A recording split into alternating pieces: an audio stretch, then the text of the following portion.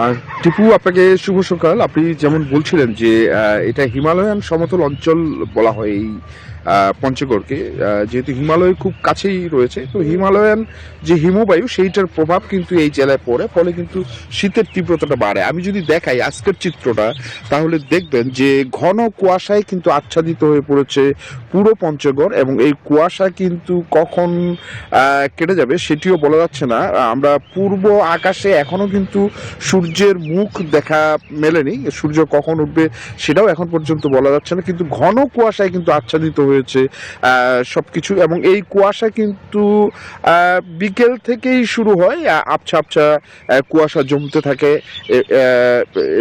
এবং সেটি কিন্তু আস্তে আস্তে ধীরে ধীরে রাতের দিকে কিন্তু ঘন কুয়াশায় রূপ নেয়, এবং সেটা কিন্তু সকাল পর্যন্ত বিরাজ করে। তো কুয়াশার কারণে, ঘন কুয়াশার কারণে কিন্তু শীতের তীব্রতাটা একটু বেশি অনুভূত হচ্ছে। আমরা যতটুকু জেনেছি, আবহাওয়া অধিদপ্তর বলছে যে তাপমাত্রার পারদ ক্রমশ নিচের দিকে নেমে যাওয়া শুরু করেছে, এবং তীব্র শীতের দিকে যাচ্ছে আসলে পঞ্চগড়, যে শীতটা মানুষকে আসলে ভোগান্তিতে ফেলে দেয়। এবং এই কুয়াশার কারণে কিন্তু মানুষের যে স্বাভাবিক চলাচল, ভোরবেলা উঠে কাজে যাওয়া, সেইটি কিন্তু হচ্ছে না, কারণ কুয়াশা কিন্তু সবাইকে অনেকটা কিন্তু স্থবিরতার দিকে নিয়ে যাচ্ছে বলে মনে হচ্ছে। স্থানীয়রা বলছেন যে ঘন কুয়াশার কারণে কিন্তু তারা মাঠে ঘাটে ঠিকমতো কাজ করতে পারছে না, এবং শিশির বিন্দুতে কিন্তু পুরো ঘাসগুলো এখন ভিজে যাচ্ছে, রাস্তাঘাটও ভিজে যাচ্ছে, অর্থাৎ শিশির কণাও কিন্তু বেড়ে গেছে।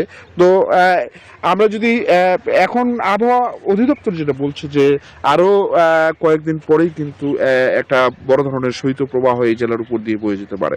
তো এই ছিল আমার কাছে সর্বশেষ। আমি ফিরে যাচ্ছি স্টুডিওতে। আসিফ টিপু, আপনার কাছে। সরকার হেদার আপনাকে ধন্যবাদ।